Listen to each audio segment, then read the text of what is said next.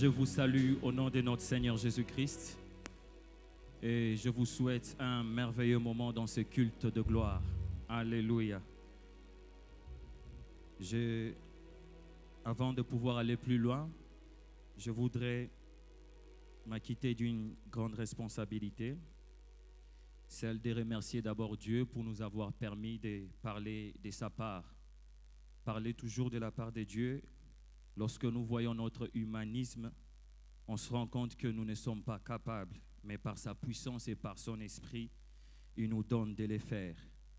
Aussi, j'aimerais remercier mon père, le pasteur Marcelo Jérémy Tounassi, ainsi que Maman Blanche, de nous avoir permis d'apporter la parole à sa place. Et je crois que tous les jours, Dieu est en train de nous bénir et les fruits des enseignements que nous recevons auprès d'eux, Dieu ne cesse de les démontrer visiblement. Je remercie aussi les seigneurs pour les anciens, l'ancien Jean-Marie, également tous les hommes de Dieu qui travaillent. Vous savez, la communauté est en train de grandir et c'est un bonheur d'avoir des modèles au sein de la maison. Avant, on pouvait aller chercher ailleurs, mais Dieu nous fait grâce. Nous pouvons puiser de tout. Il y a des prophètes, des hommes de Dieu. C'est très, très formidable. J'ai béni également Dieu pour le modérateur, l'homme de Dieu fidèle. Je sens l'atmosphère. En tant que serviteur de Dieu, nous pouvons honorer aussi la grâce de ceux qui nous ont précédés dans les services. Également, j'ai béni Dieu pour la chorale. Est-ce qu'on peut acclamer pour la chorale, s'il vous plaît? Alléluia. Alléluia. Ce soir, Dieu va faire des très, très grandes choses. L'atmosphère des surnaturels et de gloire de Dieu s'est apaisantie au milieu de nous. Pendant quelques minutes, nous allons partager un thème.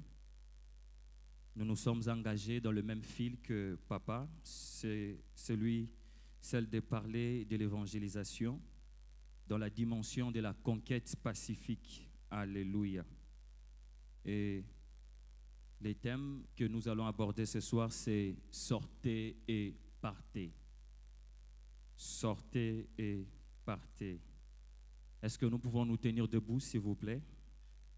J'aimerais qu'un bien-aimé puisse m'accompagner avec les claviers, avec des sons mineurs. Sortez et partez. Nous allons lire tous les chapitres du premier livre d'Exode. Exode, chapitre 1er, tous les versets. Pour ceux qui écrivent, nous allons également lire Genèse, chapitre 1er, verset 28. Également Matthieu 13, 4 jusqu'à 8.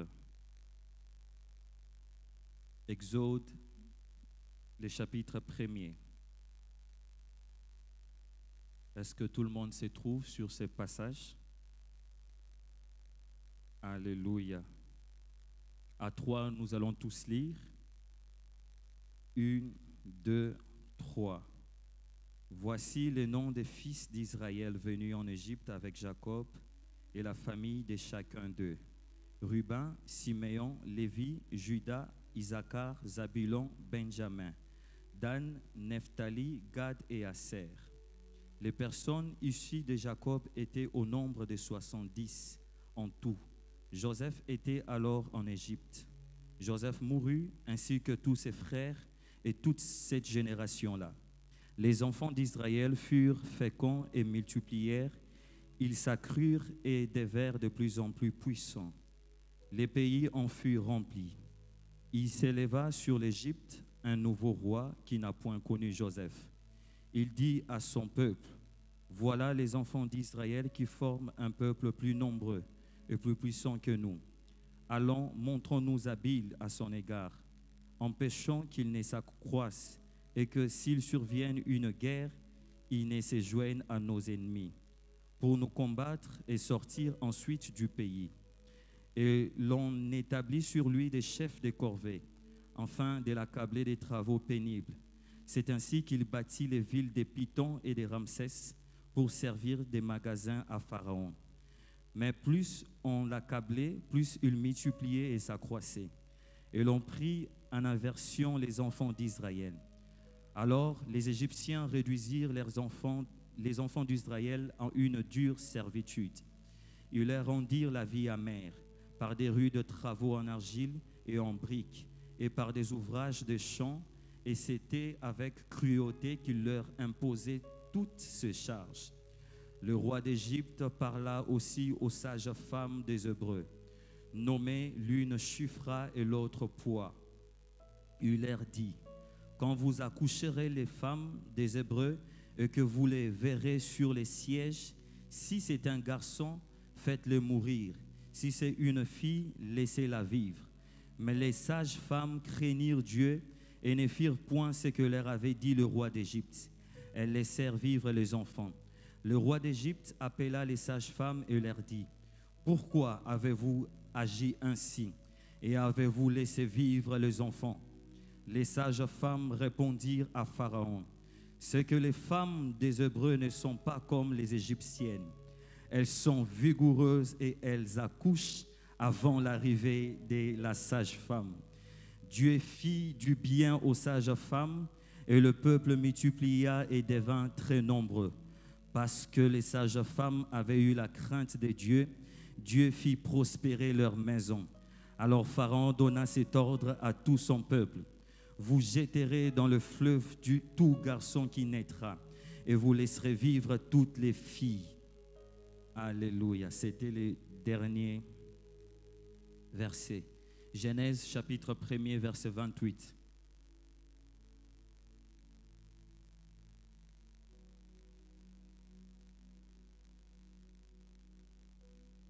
Genèse 1, 28. À 3, nous allons lire. 1, 2, 3. Dieu les bénit et Dieu leur dit: soyez féconds, multipliez, remplissez la terre et l'assujettissez, et dominez sur le poisson de la mer, sur les oiseaux du ciel et tout animal qui se met sur la terre. Matthieu, les derniers textes, Matthieu 13, 4 à 8. Il faut beaucoup aimer lire la parole, parce que celui qui est en contact avec la parole entre en contact avec la matière qui a créé le monde. Alléluia. Matthieu 13, 4, 8. À 3, nous lisons, si nous sommes. 1, 2, 3. Un semeur sortit pour s'aimer. Comme il s'aimait, une partie de la sémence tomba le long du chemin. Les oiseaux vinrent et la mangèrent. Une autre partie tomba dans les endroits pierreux, où elle n'avait pas beaucoup de terre. Elle leva aussitôt parce qu'elle ne trouva pas un sol profond. Mais quand le soleil parut, elle fut brûlée et sécha, faute des racines. Une autre partie tomba parmi les épines. Les épines montèrent et l'étouffèrent. Une autre partie tomba dans la bonne terre. Elle donna du fruit, un grain 100, un autre 60, un autre 30. Alléluia. Nous pouvons nous rasseoir, s'il vous plaît. Alléluia. Alors, frères et sœurs, comme nous l'avions dit, ce soir, nous allons parler de l'Exode. Nous ne pouvons pas parler de l'Exode sans comprendre qu'est-ce qu'est l'Exode. L'Exode, c'est simplement, littéralement, l'Exode veut dire la sortie. C'est pourquoi le thème de cette intervention est porté sur sortez et partez. Mais d'où vient qu'on puisse parler de la sortie? Bien-aimés, c'est une très grande vérité spirituelle. Après les livres de contact où Dieu noue une relation avec l'homme. Et du coup, le second livre qui suit nous parle des sorties. C'est une vérité que nous, en tant qu'enfants de Dieu, nous devons réfléchir, revenir encore là-dessus, parce que le Dieu qui noue l'alliance, il nous appelle aussi quelque part à se détacher de certaines choses. Exode, sortez et partez. Comment se fait-il que le peuple de Dieu s'était retrouvé dans cet état pour qu'on parle de l'Exode? D'abord, le livre de Genèse nous présente un Dieu qui noue une relation avec l'homme. un Dieu qui vient être en contact avec l'homme. Cet homme, par la foi, notre père Abraham, arrive à se détacher de confort, de là où il était, de ses amis, des personnes qui le mettent, même de son entourage, pour aller à la rencontre de Dieu. Un Dieu qu'il n'a point vu, mais il suffisait seulement d'entendre la voix de Dieu. Il a obéi à la voix de Dieu. Et d'Abraham est venu Isaac, d'Isaac est venu Jacob, et de Jacob est venu les 12. On parlerait même des 13, parce qu'en Israël, on faisait moins mention des femmes. Mais Dieu, selon le jeu divin, selon qu'il était en train de jouer avec les circonstances, il a fait que les 12 se trouvèrent quelque part. Ils étaient dans la famine. Ils étaient dans la famine, dans la disette. En ce moment-là, c'était comme une crise mondiale. Mais bien avant ça, parmi les 12 fils d'Israël ou de Jacob, Dieu avait permis que l'un d'eux soit vendu, en quelque sorte pour les précéder sur leur lieu de bénédiction. Mais eux ne pouvaient pas comprendre cela. Heureusement pour Joseph, parce qu'il était avec Dieu, Dieu l'a permis de comprendre le cours de l'histoire et jusqu'à aboutir dans la gloire. Et lorsque ce peuple arrive à un moment où il y avait la famine qui battait son comble, ce peuple devait maintenant faire recours à une autre nation qui était bien plus puissante qu'elle. Il s'agit de l'Égypte. L'Égypte actuellement peut être assimilée à une grande puissance mondiale. Peut-être les États-Unis, ou G20, G3, G5, peu importe ce que vous voulez. À l'époque, l'Égypte était une très grande puissance. Et Dieu avait permis que Joseph précède les autres. Et lorsqu'il précède les autres, Dieu les lève dans un milieu qui n'appartenait pas à l'alliance. L'élévation de Dieu n'est pas fonction de là où tu dois être. C'est fonction de la personne avec qui tu t'attaches. Et c'est Dieu, Dieu seul. Dieu a permis que Joseph soit élevé. Et lorsque Joseph était élevé, la Bible dit, Dieu a permis que le peuple de Dieu puisse rejoindre Joseph. Vous maîtrisez l'histoire. Et lorsque Joseph arrive à dominer, la Bible dit qu'entre Joseph et Pharaon, il n'y avait que le trône qui les séparait. Dieu a élevé un étranger dans une nation étrangère. Parce que quand Dieu veut t'imposer, cela est indépendamment de la situation ou de la position là où tu dois être. Et Joseph élevé permet que le peuple qui était dans la famine ne puisse pas tomber dans la disette. Plus tard, Joseph mourut. La Bible dit, un autre pharaon qui n'a point connu Joseph vint. Et ce pharaon a commencé à multiplier les oppressions. Ce pharaon a commencé à multiplier le corvée. Ce pharaon a commencé à faire des choses parce que le pharaon craignait la multiplication du peuple de Dieu qui pouvait être comme étant un obstacle à la nation égyptienne. Et lorsque je parle de l'Égypte, je vois l'Égypte comme étant toute chose qui est contraire à la volonté de Dieu. Je vois l'Égypte comme étant les choses que Dieu est interdit de faire. Je vois l'Égypte comme étant une opposition, un lieu qui empêche ton épanouissement. Exode. La maison de la servitude ne pouvait permettre au peuple de Dieu de pouvoir s'épanouir. Et ils étaient tous enfermés dans l'enclos de l'Égypte. Parce qu'il y avait une main, une puissance pharaonique qui les empêchait de pouvoir se libérer. Et au moment où ils étaient sous le joug de Pharaon, la Bible dit qu'ils étaient en train de se multiplier. Pendant qu'ils se multipliaient, de l'autre côté, leur multiplicité créait la jalousie. De l'autre côté, le peuple avait peur de la progression si vite du peuple de Dieu. Exode. Qu'est-ce que l'exode? Lorsqu'on parle de l'exode, on voit la notion de partir. On voit la notion de quitter pour aller vers. L'exode, ce n'est pas seulement quitter, mais c'est aussi se mettre en route vers la destination finale.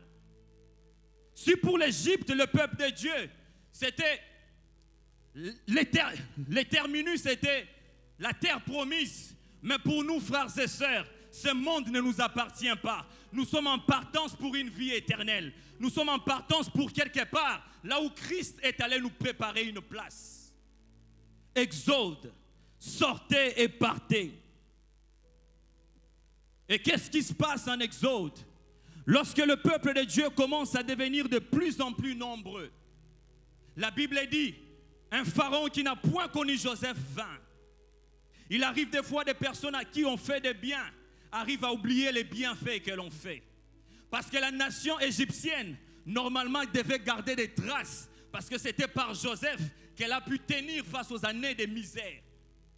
Mais malheureusement, un autre était venu qui a oublié et a permis que le corvée, l'oppression soit multipliée à l'endroit des peuples de Dieu.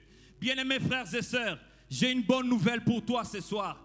Même si les hommes oublient tous les bienfaits, j'aimerais t'annoncer que Dieu n'oublie jamais aucun des bienfaits que l'on fait à lui, même à l'un de ses serviteurs. La Bible déclare qu'il est capable de récompenser un verre, un petit verre d'eau qu'on donne à ses serviteurs.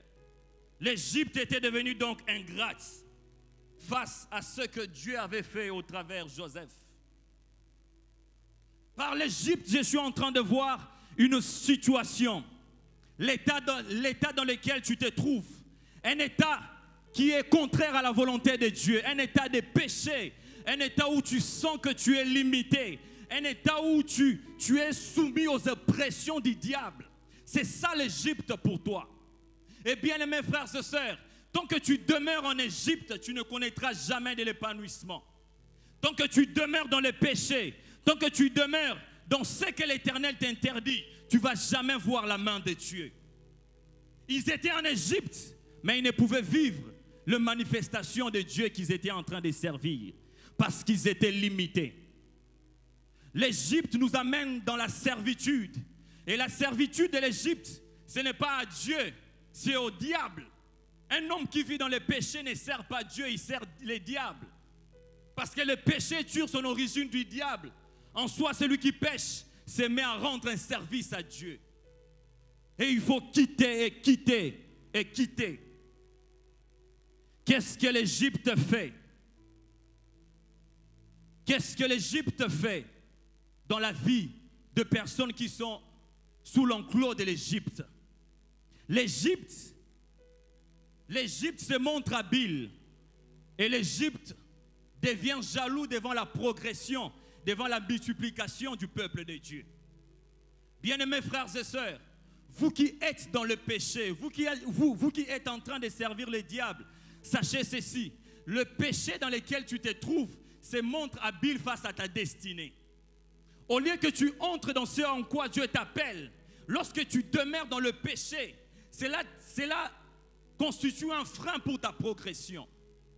L'Égypte s'est montrée habile face à la croissance et à la multiplication du peuple de Dieu. Une autre chose, c'est que l'Égypte devenait de plus en plus jalouse. Pourquoi? Parce que le peuple qui habitait à Goshen devenait de plus en plus nombreux que eux. Frères et sœurs, toi qui sers le diable, sache que peu importe ce que le diable te donne, le diable sera toujours jaloux de toi. Même si le diable te donne des milliards, le diable sera toujours jaloux de toi. Parce que lui, il lui manque l'amour. Pour ne pas être jaloux, il faut avoir l'amour. Alors comme le diable n'a pas d'amour, c'est ainsi qu'il vient combattre les personnes à qui il donne ce que lui détient. L'Égypte devient jaloux. Le diable devient jaloux. Il y a des gens qui vivent dans des choses. Vous le voyez peut-être qu'ils sont en paix avec eux-mêmes, mais au plus profond d'eux, dans leurs entrailles, dans leurs propres secrets, ils savent qu'ils sont en train de vivre des choses. Il te donne une partie et lui-même commence à devenir jaloux. C'est pourquoi ce soir, je suis venu te dire, sors et pars. Parce que si tu demeures, la jalousie des diables va te tuer. La jalousie de l'Égypte va te conduire à la mort. Que fait l'Égypte encore? L'Égypte établit sur toi des chefs de corvée, afin de t'accabler, afin de te soumettre, et pire encore, pour servir les diables. Parce qu'ils étaient soumis à des corvées, ils étaient soumis à des travaux rudes, mais c'était au service des pharaons. Pharaon est l'image du diable.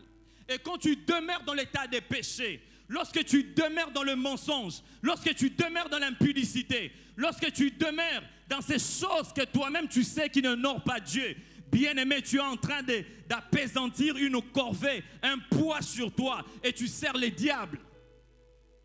Celui qui sert les diables n'est point rémunéré, parce qu'ils étaient en train de travailler en vain. Le péché ne paye pas, frères et sœurs. Le péché n'a pas du lucre. Le péché ne te donne pas quelque chose. Même si elle te donne un semblant de plaisir, mais sache que ce plaisir n'est qu'un calmant qui ne tue pas le virus. Ce plaisir n'est qu'un calmant qui n'a pas tué le virus. Même si le péché donne de la jouissance, pourrait donner la jouissance, mais cette jouissance n'est rien d'autre par rapport au virus qui est en toi. Et ce soir, Dieu veut que tu sortes. Ce soir, Dieu veut que tu sortes, parce que la puissance de Dieu est là pour te sortir. Bien-aimé, si le péché ne paye pas, j'aimerais t'annoncer une très bonne nouvelle. C'est que Dieu est capable de récompenser ceux qui les cherchent. La Bible déclare qu'il est le rémunérateur de ceux qui les cherchent. En soi, lorsque tu cherches la face de Dieu, Dieu se met à te payer. Lorsque tu es en quête de la personne de Dieu, Dieu commence à te rémunérer. Dieu sait récompenser les personnes qui les cherchent. Et il faut les chercher et vous les trouverez. Que fait encore l'Égypte? L'Égypte, lorsque nous lisons Exode chapitre 12, plutôt Exode chapitre 1er verset 12, nous remarquons comme un paradoxe, un contradictoire. C'est que le peuple qui était soumis à des corvées, le peuple qui était soumis à des rudes travaux, c'était le même peuple qui était en train de croître et de se multiplier. On a tendance à croire comme si il y a une contradiction. Bien-aimé, l'Égypte fait ceci. Dans Genèse chapitre 1er verset 28, nous avions lu. Dieu avait donné à l'homme un ordre. Il dit, soyez féconds, multipliez-vous, remplissez la terre, assujettissez et dominez. Mais lorsque nous entrons et voyons le peuple de Dieu en Égypte, le peuple de Dieu ne s'est limité qu'à la fécondité et à la multiplication. Alors qu'il y avait le remplissage, l'assujettissement et la domination. Celui qui demeure en Égypte, en soi, qu'est-ce qui se passe? Les diables peuvent te permettre de croître. Les diables peuvent te permettre de te multiplier. Mais jamais tu vas remplir la terre. Parce qu'on remplit la terre qu'avec le Saint-Esprit. C'est pourquoi les démons ne sont pas partout. Ils doivent aussi être en un coin et pour ne pas être dans un autre. Et autre chose encore. Les diables ne savent pas te donner la domination. Parce que la domination, c'est seul Jésus-Christ qui donne cela. Et l'assujettissement pour assujettir la terre, c'est le Dieu qui donne cela. Alors tant que le peuple demeurait en Égypte, il ne pouvait remplir la terre, il ne pouvait dominer, il ne pouvait l'assujettir. L'Égypte en soi te donne la dimension réduite de ce que Dieu avait prévu pour toi. Ils avaient reçu 5 choses: fécondité, multiplication, remplissage, assujettissement et la domination. Mais l'Égypte a permis seulement qu'ils puissent être féconds et se multiplier, mais jamais dominer. Et Dieu ce soir veut te dire, sors du péché. Sors parce que le péché te laisse être dominé alors que tu es censé être un dominateur. Sors du péché parce que ça te freine, bien-aimé. Je connais un homme politique français. Il a eu une carrière formidable en économie. Très, très louable. Mais au moment où il devait briguer la magistrature suprême en France, on l'a seulement attrapé dans un petit péché et cela a brisé ses rêves. Même vous qui êtes dans l'occultisme, peut-être que vous vous dites, je suis intelligent, je parle un bon français. J'aimerais te dire, peu importe tes exploits, mais quelque part tu es limité. Parce que le diable va toujours te maintenir. Et Dieu veut que tu sortes. Il y a une corvée qui pèse sur toi. Si pour le peuple c'était une corvée, sur toi qui vis dans les péchés, ce sont les démons, les principautés qui s'appesantissent sur ta vie. Tu ne peux pas t'épanouir. Comment un homme qui vit dans le péché peut s'épanouir? Impossible. Parce que le péché les dicte. Le corvée les dicte au lieu d'être dirigé par le Saint-Esprit. Imaginez un homme qui gagne $500. Cet homme qui vit dans le péché, il a un époux et des enfants. Mais ce même homme se permet de côtoyer une fille ailleurs, qui la bouffe chaque week-end, $200. Et la pauvre femme se contente de 300.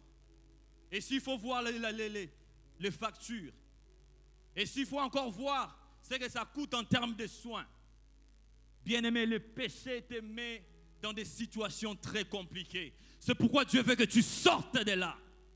Que Dieu te sorte de là. Que Dieu te sorte de là. L'Égypte rend des travaux. L'Égypte rend la vie amère et donne de rudes travaux. L'Égypte rend la vie amère et donne des rudes travaux. Bien-aimé, toi qui es dans le péché, avant que je le dise, tu te rends compte de combien ta vie est nauséabonde, combien ta vie est amère. Comment est-ce qu'un homme peut vivre dans le péché? Comment tu peux encore demeurer dans cet état? Parce que tu sais comment est-ce que les choses sont amères. Et non seulement c'est amer, mais il y a aussi de rudes travaux. Non seulement tu te bats pour la vie, mais aussi les démons te dictent. Frères et sœurs, ce soir, Dieu veut que tu sortes. Dieu ne veut pas que tu demeures dedans. Dieu veut que tu sortes. Des travaux rudes. Qu'il y ait des hommes qui vivent dans la corruption. Qu'il y ait des hommes qui vivent dans la magouille. Qu'il y ait des hommes qui vivent dans des choses horribles. Bien-aimés frères et sœurs, c'est un péché qui est de bafouer la grâce de Dieu. Au moment où Dieu tend sa main, mais tu le résistes. Et ce soir, Dieu te parle. Il ne te parle pas demain, tu as ce soir. Et il te dit, sors et sors. Avez-vous déjà vu un homme qui est devenu riche par la corruption? Avez-vous déjà vu un homme qui, par les péchés, arrive à se maintenir et à dominer? L'histoire nous montre tous les hommes qui ont fait des choses. Ils ont été tués par ce qu'eux-mêmes étaient en train de faire. Le péché donne des rudes travaux. Le péché rend la vie amère. Le péché rend la vie amère. J'ai encore en l'image une personne, une jeune fille innocente. Elle fréquente l'université à peine. Et un monsieur, parce qu'il a de l'argent, se permet d'abuser d'elle. Et la pauvre naïve qu'elle est, après des années et des années, elle n'arrive à se détacher de cette blessure. Pourquoi? Le péché n'a pas de cœur. Le péché n'a pas de cœur. Le péché rend les choses amères. Un papa qui fait élever sa fille dans l'éducation. Je ne suis pas encore parent, mais je sais voir l'amour des papas qu'ils donnent à leurs enfants. Il s'investit, il se bat pour son éducation. Elle va à l'université.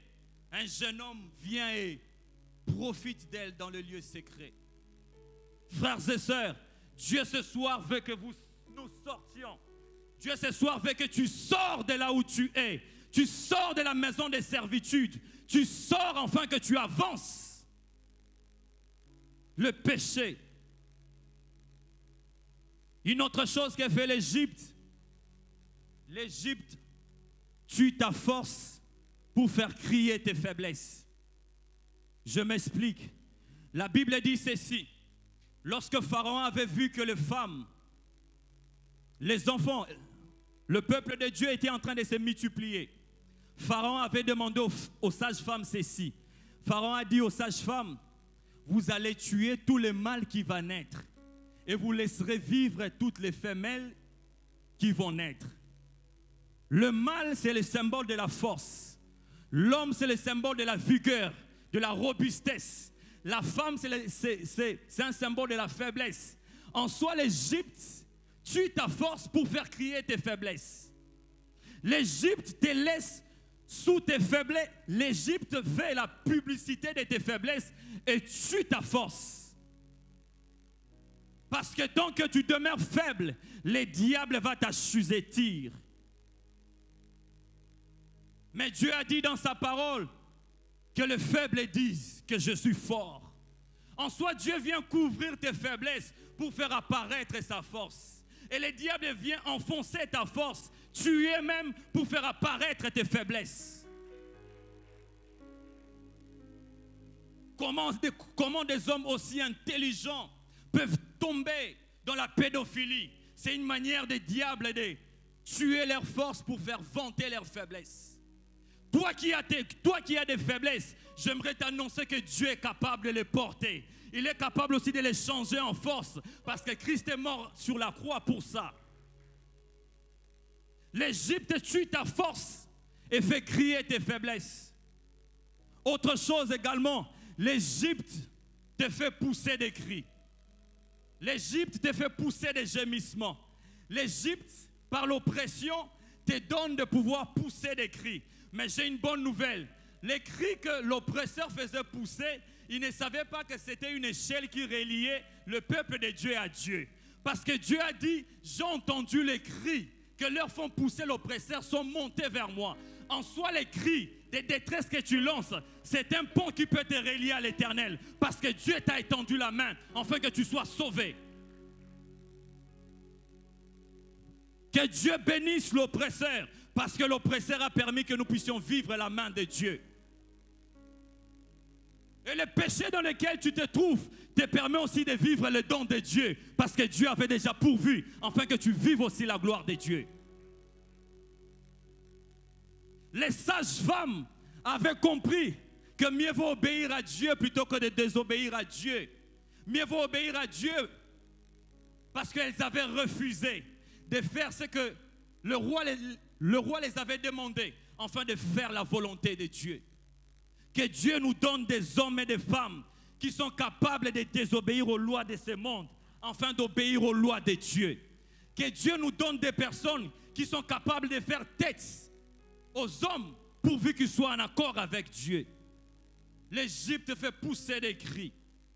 L'Égypte fait pousser des cris. Mais ces cris sont là pour te relier à Dieu, afin que tu vives la promesse de Dieu. Sortez et partez.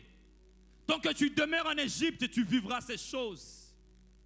Mais si les cris que leur faisait pousser l'oppresseur sont montés à Dieu, et Dieu a entendu, il a suscité un homme, Moïse.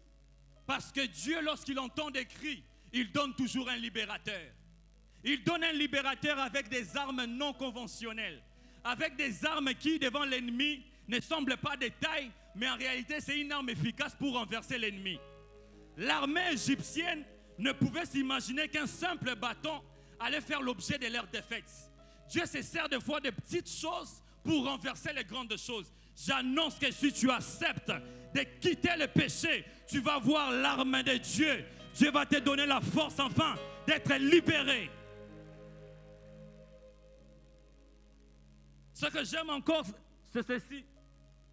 Moïse, son nom veut dire tirer des eaux. En soi, Moïse était un rescapé. Parce que Dieu n'a pas vu les dangers que Pharaon avait donné d'avoir un enfant pour susciter un libérateur. Parce qu'en ce moment-là, avoir un mâle était un danger. Dieu n'a pas tenu compte de l'obstacle que les hommes ont prévu pour faire déclencher un libérateur. Bien aimé, que les hommes disent ce qu'ils veulent, mais Dieu ne fonctionne pas selon les hommes. Dieu fonctionne selon lui. Il n'a pas peur de l'édicts de Pharaon. Il suscite un Moïse malgré ce que Pharaon avait dit. Et la mère de Moïse a couvert cet homme pour le mettre dans des bitumes et le jeter sur les eaux. En soi, les eaux pour Moïse étaient un lieu d'enterrement.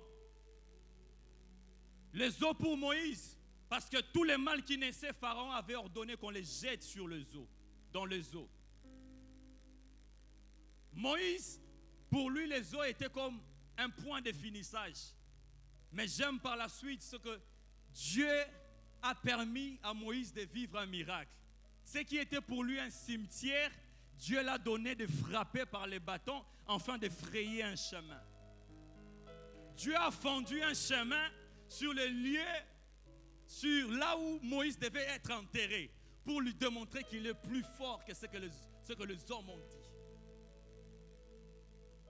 Les eaux étaient pour lui comme un cimetière, mais Dieu lui a donné la force de pouvoir passer outre, parce que Dieu ne tient pas compte de ce que disent les hommes, il tient compte de ce que dit sa parole. Alléluia. Est-ce que je peux avancer? Est-ce que je peux avancer? J'ai besoin de 3 personnes. C'est ici que je vais parler de l'évangélisation. Alléluia. Venez prêcher avec moi s'il vous plaît.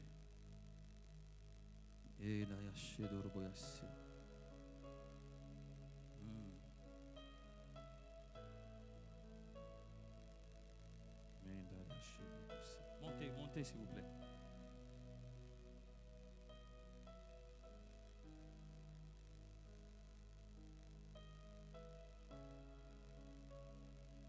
Alléluia. Est-ce qu'on peut acclamer pour eux?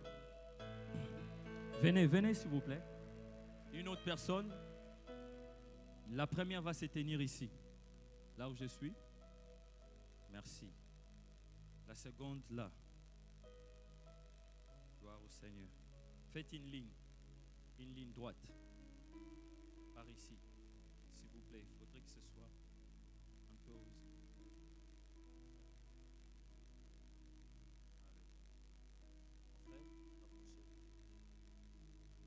Je disais que nous sommes en train de parler de l'exode, la sortie. Et nous avions démontré comment est-ce que l'Égypte empêche la progression. L'Égypte fait beaucoup de choses que nous avions dit. Voici maintenant ce qui se passe. Nous sommes dans la ligne vers la terre promise. Et dans cette ligne, il y a 3 catégories de personnes. La première personne que je tiens ici, c'est une personne qui vit encore sous le joug du ténèbre. C'est une personne qui est encore dominée par la puissance du mal. Elle ne sait s'épanouir parce qu'elle est dans la maison des servitudes. Elle ne sait avancer parce que le diable l'a soumis par des puissances des ténèbres. Toutes les choses que nous avions dites reposent en elle parce que celui-ci ne peut pas se détacher. Mais si pour l'Égypte, Dieu a permis que Moïse soit suscité, mais pour nous, Dieu a donné Jésus-Christ de Nazareth afin que nous soyons libérés du péché. Pour toi qui es dans cette situation, j'aimerais te dire simplement ceci. De même manière que le peuple, les anciens d'Israël, devaient croire à ce que Dieu s'était révélé à Moïse, toi aussi tu as besoin de croire en Jésus-Christ. Croire que Jésus-Christ est le seul, et l'unique et le véritable qui saura te tirer de l'endroit dans lequel tu te trouves. Tu as besoin de Jésus. N'est-ce pas que tu es en train de vivre des oppressions? Les démons qui sont en train de te dominer, ils ont déjà été cloués à la croix. Il y a quelqu'un qui a accompli le travail à ta place. Mais il faudrait que tu croies en lui, afin qu'il te sorte de là. Et Dieu veut que tu sortes. Dieu veut que tu sortes. Parce que tant que tu demeures ici, tu ne vas jamais vivre la manifestation de Dieu. Tu ne vas jamais vivre les manifestations de Dieu. La Bible dit que rien ne résiste à Dieu. Mais cependant, lorsqu'on voit Pharaon qui avait pris ce peuple, Pharaon devrait libérer le peuple de Dieu après de multiples fléaux que l'Éternel avait déclenchés. En soi, si ça dépendait de Dieu, Dieu pouvait libérer le peuple de Dieu dans la simplicité. Mais parce qu'il avait une histoire que son peuple devait garder, c'est pourquoi il s'est permis que Pharaon le résiste, afin de lui faire montrer sa capacité à pouvoir agir en faveur de ceux qu'ils aiment, de ceux qu'il aime. Dieu a multiplié les fléaux à Pharaon pour que Pharaon sache que seul l'Éternel est Dieu. Bien-aimés, les démons ont été dépouillés parce que Jésus-Christ est le vainqueur de Golgotha. Pharaon pouvait mépriser Moïse en disant « Allez, ne vous éloignez pas » parce qu'il pensait que le peuple de Dieu était libéré par la puissance de Moïse alors qu'il y avait la puissance de Dieu qui était derrière. Ça semblait être comme une défaite. Même le peuple de Dieu murmurait plus loin là-bas. Mais parce que Moïse était avec Dieu, Dieu a permis qu'il soit libéré. Et pour toi aussi qui es dans le péché, pour toi aussi qui vis des choses, je t'annonce qu'il y a un sauveur. Crois seulement en lui, tu seras aussi libéré. Crois seulement en Jésus et tu vas voir ta vie changer. Nous avons cru en lui et aujourd'hui nous sommes en train d'annoncer la bonne nouvelle parce que Jésus-Christ est le même hier, aujourd'hui, éternellement. Des fois nous pensons que parce que nous prêchons Jésus, c'est alors qu'il devient vérité. Non, Jésus-Christ n'est pas vérité parce que je suis en train de le prêcher. Jésus-Christ était vérité avant que je croie en lui. Il le sera pour toujours. C'est lui le sauveur. Qu'on ne vous trompe pas par des lois spirituelles. Je ne sais qui, par qui que ce soit. Seul Jésus est l'agneau de Dieu pour sauver le monde. Croyez en lui et vous allez vivre la manifestation de la puissance de Dieu. Et lorsque les diables voyaient Jésus-Christ en train d'être humilié par Golgotha, ils pensaient que c'était une défaite. De même manière que Pharaon voyait le peuple de Dieu en train de progresser. Il savait que même s'ils avancent, je vais les rattraper.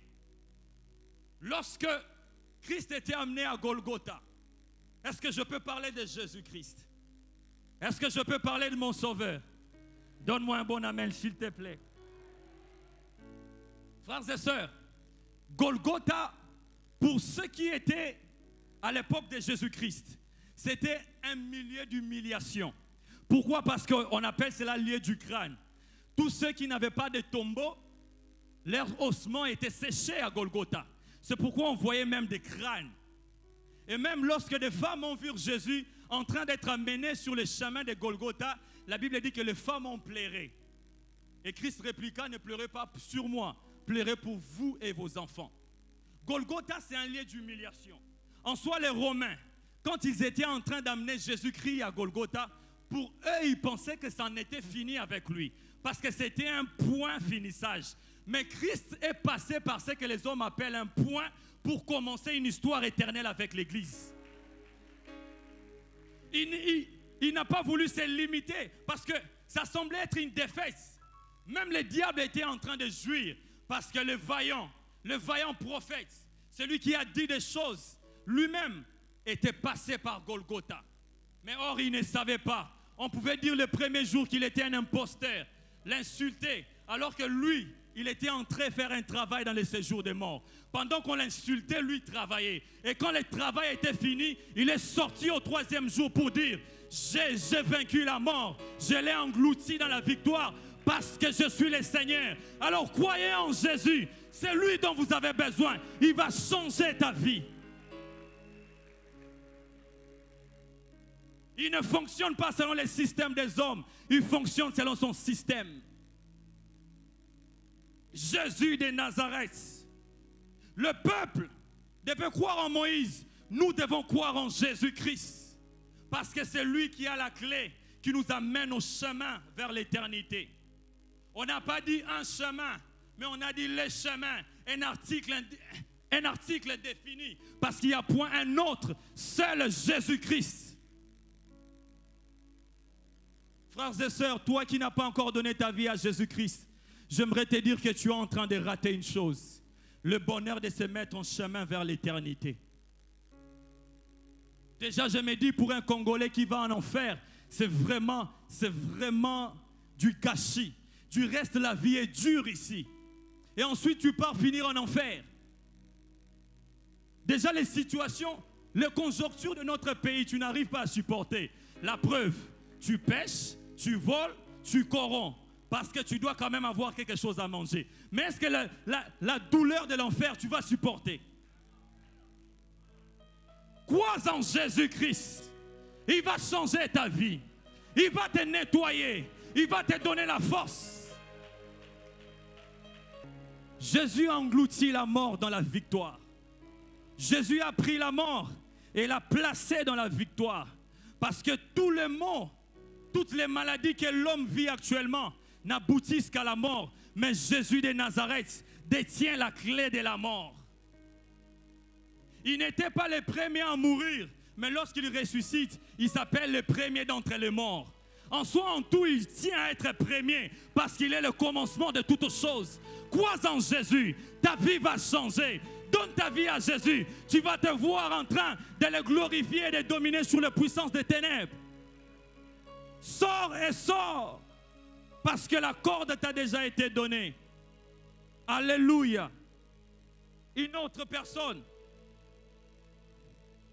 c'est celle qui est entre le point de départ et le point d'arrivée, au milieu. Cette personne, c'est la catégorie des personnes qui vivent dans la duplicité.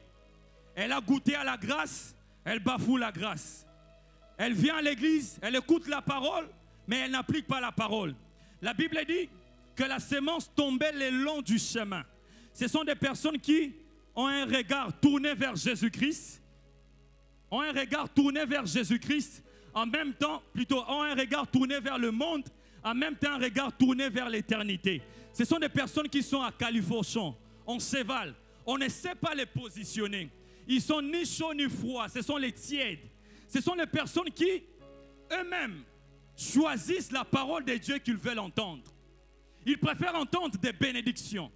Elles préfèrent entendre les choses qui les plaisent. Mais quand la parole vient ôter la plaie, quand la parole localise la plaie afin de la poncer, elles refusent le traitement de la parole de Dieu. Toi qui es en train de m'écouter ici, ta vie, elle est comment? Beaucoup de personnes entendent des choses. Papa, du haut de cette chair, il prêche. Mais quand vous sortez, vous perdez ces paroles les longs. Vous les perdez. Pourquoi? Parce que vous regardez à la mauvaise direction. Cette personne, en soi, elle convoite sa vie passée. C'est lorsqu'elle regarde son passé, il y a une certaine convoitise. Que fais-tu de ton passé? Quand tu regardes d'où tu es appris, est-ce que tu attises encore l'envie pour retomber dans ces choses? Est-ce que tu as encore les désirs? Bien-aimés frères et sœurs, vous qui contemplez votre péché, vous qui vous dites que dans le monde j'avais beaucoup d'argent, maintenant j'en ai plus en Christ, vous êtes en train d'insulter l'œuvre de la croix. Parce que cet argent que tu avais dans le monde, c'était par l'escroquerie, la corruption. Maintenant que Dieu t'a lavé, tu ne mens plus, tu te contentes de ce que tu as. Pourquoi es-tu en train d'observer l'Égypte? Pourquoi es-tu en train d'observer l'Égypte? La femme de Lot a été frappée parce qu'elle regardait à la mauvaise direction. Quiconque a goûté à la grâce et se tourne son regard vers sa vie passée sera aussi frappé. Si tu dois regarder ton passé, ça doit être un témoignage et non un objet de convoitise. Que fais-tu de ta vie passée? Une autre catégorie de personnes, vraiment ça m'énerve et c'est triste. Comment à l'église on peut encore parler du péché? Ce sont des catégories de personnes qui, en Égypte, ils n'ont pas commis certains péchés, mais en Christ, alors qu'ils sont lavés, ils se permettent de faire à la fois des péchés qu'ils faisaient et même des péchés qu'ils ne faisaient pas. Toi, tu étais respectueux. Toi, tu n'insultais pas. Tu étais une personne d'une bonne morale. Mais aujourd'hui, à cause de l'onction, parce que Dieu est à oint, tu te permets d'être mal poli en Christ. Tu te permets même de dire des choses, surtout avec cette histoire de Facebook. Tout le monde est devenu prophète, pasteur. Bêtise.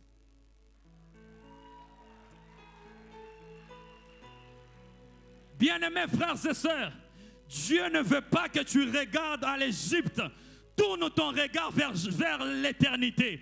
Tourne ton regard vers là où Christ est en train de t'amener. C'est là-bas que tu auras la victoire de vaincre ta vie passée. Parce que lorsque tu te limites à regarder, en soi tu seras en train de rapprocher le vieil homme qui était en toi. Un jour un homme était baptisé après son baptême. Il s'est dit, waouh, gloire au Seigneur, je ne veux plus tomber dans le péché. Il était tellement content. Il arriva quelques temps après, il tombe dans le péché. On lui demande, mon frère, qu'est-ce qui se passe? Il dit, je ne savais pas que le vieil homme savait nager. Il ne savait pas que le vieil homme savait nager.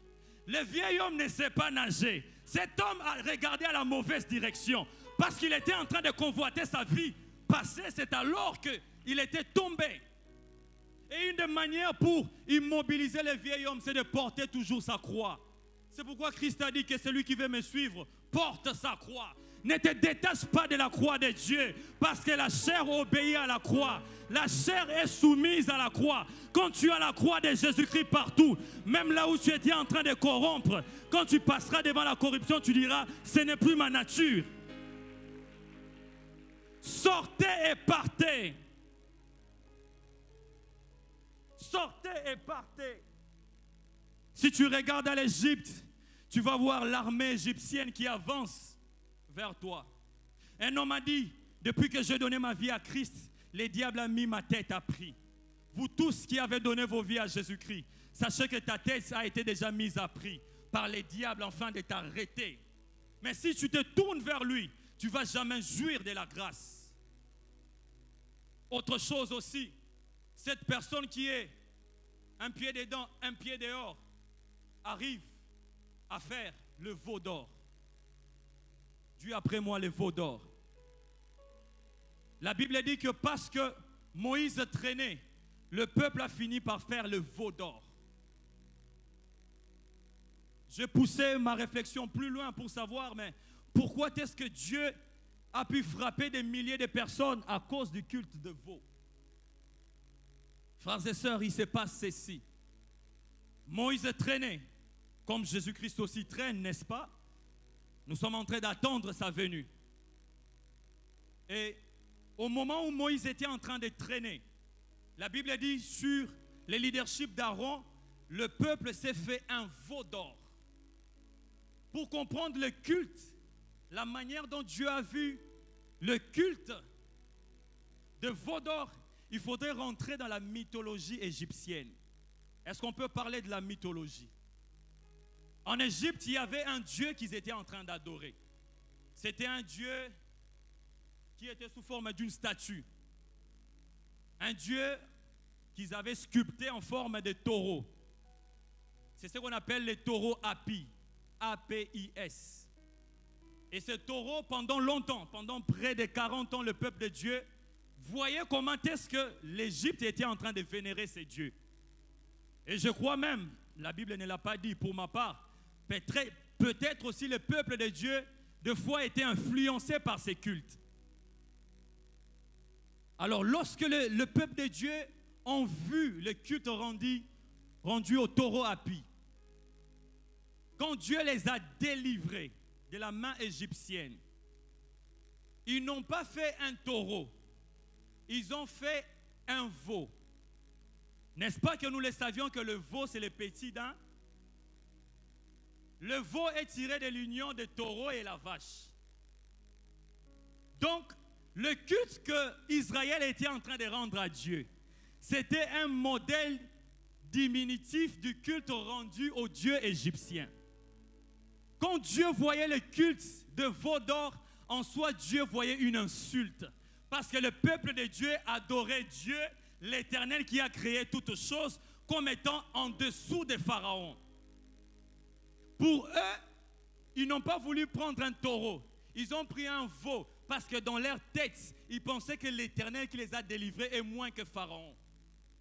Celui qui demeure dans cette position, il considère Dieu à la mesure et à la limite de ses pensées.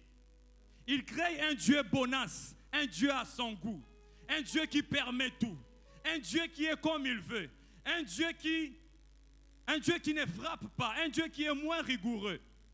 Il ramène un Dieu au niveau très bas de sa propre pensée, alors que la Bible déclare que nos voix ne sont pas semblables à celles de voix de Dieu. Et comme conséquence, bien-aimés, Dieu a frappé de mort des milliers de personnes parce qu'il y avait un culte au veau. Et vous tous qui considérez Dieu selon votre imagination, vous pensez que Dieu peut toucher à certaines choses et pas à tout. Vous êtes en train de limiter Dieu au niveau de veau. Et à tous ceux qui limitent Dieu au niveau de veau, Dieu les frappe. Parce que Dieu aime la plénitude d'adoration et de la louange qui reviennent à lui. Pas à moitié, mais totalement. Ils ont préféré un veau, alors que l'Éternel ne peut pas être représenté. Et même toi qui vis dans le péché, tu veux un Dieu bon chic, bon genre. Il peut toucher à certaines choses, pas à d'autres. Tu peux venir à l'église et fréquenter en même temps le boîte. Tu peux être ici en train de prier, en même temps un vrai païen. De telles personnes ne peuvent pas arriver là-bas. Parce que Dieu veille même sur l'état de la personne qui est en lui. Et pour vous, vous avez besoin de la repentance. Vous avez besoin de vous repentir. Abandonner ces choses et entrer dans la marche. Ne regarde pas ton passé, mais concentre-toi sur ton futur. Avez-vous déjà vu dans la Bible déclara que Jésus tomba. Pourquoi vous vous concentrez au péché? Pourquoi vous méditez le péché? Méditez la parole. Entendez ce qu'elle dit et vous allez faire naître en vous la capacité de résister au diable. Vous allez faire naître en vous la capacité de le résister. Le diable n'obéit qu'à ceux qui ont la parole de Dieu, parce qu'il sait que la parole est une arme très efficace. Ne soyez pas dans le culte au taureau, mais soyez dans le culte rendu à l'Éternel tel qu'il doit être. Ce n'est pas parce que la Bible dit Jésus revient bientôt que nous sommes en train, que Jésus ne reviendra pas. Et même lorsque la Bible dit Jésus revient bientôt, la pensée de bientôt n'est pas le bientôt comme nous le concevons. La pensée de bientôt veut dire simplement que Jésus va revenir brusquement. Il va revenir d'une manière inattendue. Il va nous surprendre subitement. C'est ça la pensée. Ne faites pas de Jésus revient bientôt un slogan pour vous tolérer les péchés, mais soyez dans la grâce, vivez la grâce et laissez-vous purifier par la parole. Quand vous venez à l'église, ne dites pas je me laisse toucher par telle chose, mais ça on ne touchera pas. Il y a des femmes ici, vous vivez dans l'adultère. Mais on vous prêche ici que cela n'est pas bon. Vous dites, pasteur, touchez à tout, mais sauf à ça. Et même des jeunes ici, vous vivez dans le péché. Quand les prédicateurs parlent de ça, tu te dis pas moi. La Bible dit que la sémence tombait sur la terre qui était pierreuse. Donc de toi-même dans ces domaines-là, tu endurcis ton cœur. Et vous pensez que de telles personnes peuvent arriver à ces niveaux pour pouvoir parler de la part de Jésus. Sortez du péché. Laissez-vous purifier par la parole et vous allez vivre la grâce de Dieu. Le culte au veau, c'est une insulte à l'Éternel. Le culte au veau, c'est une grande aberration. Dieu ne veut pas qu'on l'adore à la manière du monde. Dieu veut qu'on l'adore en esprit et en vérité. En soi, vous qui êtes dans cette catégorie, vous êtes un frein pour ceux qui doivent entrer par les chemins de la vie. Parce que quand eux voudront venir, ils viendront, ils vous trouveront dans les choses qu'eux ont abandonnées. Vous allez devenir un obstacle pour l'évangile. Un contre-évangile. Un contre-évangile. Vous voulez qu'on vous prêche la bénédiction, qu'on vous prêche les choses. Bien-aimés, on doit revenir sur les choses essentielles. On doit revenir au message de Deutéronome 28. Si tu obéis, Dieu n'est pas ton garçon de course pour faire tout ce que tu voudras. Il a aussi ses exigences qu'il veut que tu prennes. Frères et sœurs, c'est le temps. Parce qu'une armée de l'Éternel doit se réveiller pour parler de sa part, afin que la moisson finale soit libérée et pour voir le retour de Jésus-Christ. Et ça demande à ce qu'il y ait des personnes qui tiennent jusqu'au bout. Ne soyez pas un pied dedans, un pied dehors. Ne passez pas de séminaire en séminaire, de culte en culte. Mais tournez-vous vers la grâce. Christ dit, quiconque prend la charrue et regarde en arrière n'est pas digne de mon royaume. Vous tous qui regardez encore au monde, qui convoitez même le progrès du méchant, alors que leur progrès n'est qu'un progrès apparent, parce qu'ils finiront par terre. Sortez et partez. Continuez votre course. Regardez le droit chemin et vous allez vivre les manifestations de Dieu. C'est à ça que Dieu vous appelle. Une dernière personne elle, c'est celle qui regarde à la bonne direction. C'est une personne qui est consciente. Elle avance selon l'insi de Dieu. Elle progresse parce que Dieu est avec lui. La Bible dit ceci. Pour que Dieu envoie Moïse, il a fallu que ceux qui en voulaient à la vie de Moïse meurent, afin que Moïse retourne encore pour libérer le peuple de Dieu. Pour vous qui voulez retourner, pour aller dire aux autres ce que Christ a fait en vous.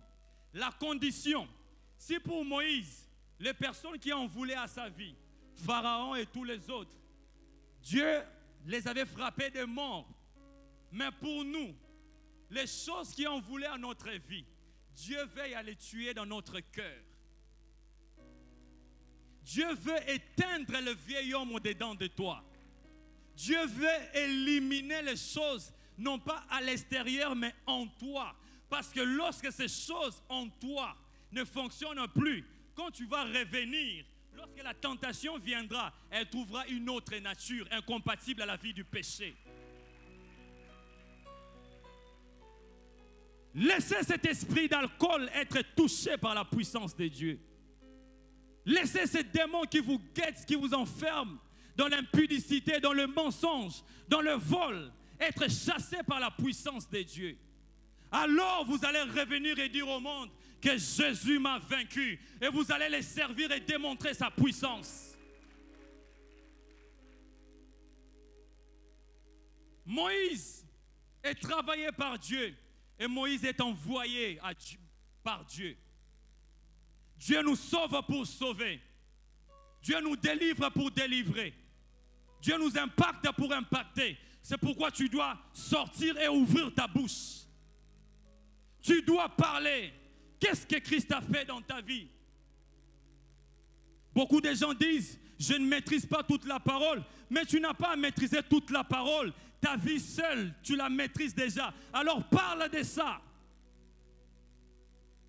Parle de ça. Lors de l'évangélisation passée, nous avons vécu des choses formidables de la part de Dieu.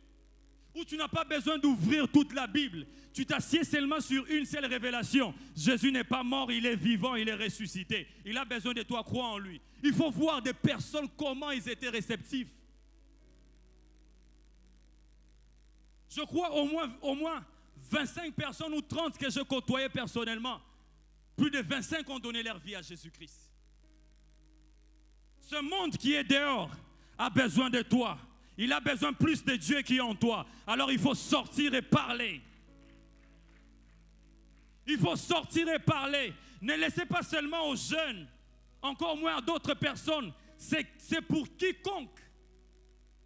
Christ dit, allez, faites-les toutes les nations mes disciples. Il n'a pas dit apôtres, prédicateurs, évangélistes, allez. Il a dit, allez, c'est un ordre à tous ceux qui croient en lui.